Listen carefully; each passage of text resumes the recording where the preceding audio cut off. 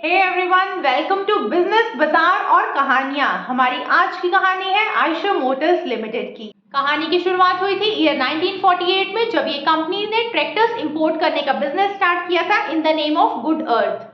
And फिर 10 साल बाद ईयर 1959 में कंपनी ने first indigenous Indian tractor manufacture किया। आगे चल के ईयर 1995 में इस कंपनी ने European motorcycle company Enfield motorcycle को एक्वायर किया, जिसे आज हम रॉयल एनफील्ड के नाम से जानते हैं। अगर एनफील्ड मोटरसाइकिल्स की कहानी देखना चाहें तो ये ओल्डेस्ट मोटरसाइकिल ब्रांड है जिन्होंने ईयर 1901 में फर्स्ट मोटरसाइकिल बनाया था। आज की डेट में जो ये super successful royal Enfield motorcycles है, अगर स्टार्टिंग में देखा जाए तो ये इतना सक्सेसफुल नहीं था। ये एक लॉस मेकिंग कंपनी थी जिसे कंपनी ने क्लोज करने का भी प्लान किया था।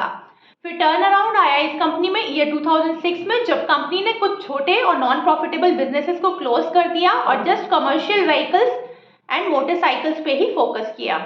कंपनी ने मोटरसाइकिल्स के वीक पॉइंट्स पे काम किया एंड फिर ओल्ड विंटेज लुक को न्यू टेक्नोलॉजी के साथ ऐड किया।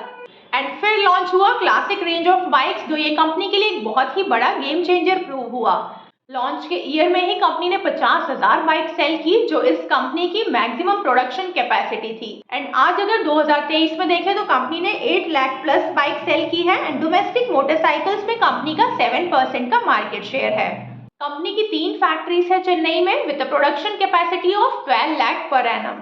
आयशर मोटर्स का अगर कॉर्पोरेट स्ट्रक्चर देखना चाहे तो company commercial vehicles and royal Enfield motorcycles का बिजनेस करती है, जिसमें से कमर्शियल व्हीकल्स एक जॉइंट वेंचर है वॉल्वो के साथ, जिसमें आयशर का 54% एंड वॉल्वो का 46% का स्टेक है।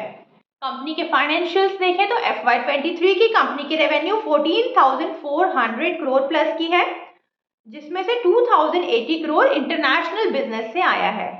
अब आते हैं शेयर बाजार की कहानी पे। ये स्टॉक किसी भी इन्वेस्टर के लिए एक ड्रीम स्टॉक जैसा है।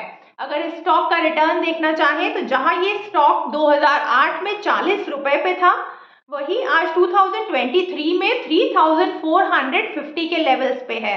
अगर इसे परसेंट टर्म में देखना चाहें तो 34% के CAGR से ग्रो हुआ है ये पिछले 15 सालों में। और अगर इस टाइम पीरियड की कंपनी की रेवेन्यू और प्रॉफिट्स देखी जाए तो रेवेन्यू 13% के CAGR से ग्रो हुई है और प्रॉफिट्स 30% के CAGR से। अगर साल 2008 में हमने इस स्टॉक में 1 लाख रुपए इन्वेस्ट किया होता तो आज 15 साल बाद इस इन्वेस्टमेंट की वैल्यू होती 80 लाख प्लस। ये थी मेरी आज की कहानी आयशर मोटर्स के बारे में। फिर मिलेंगे नेक्स्ट वीक एक नई कहानी के साथ, एक नई वीडियो के साथ। Till then take care. अगर वीडियो अच्छी लगी हो तो लाइक, शेयर, सब्सक्राइब।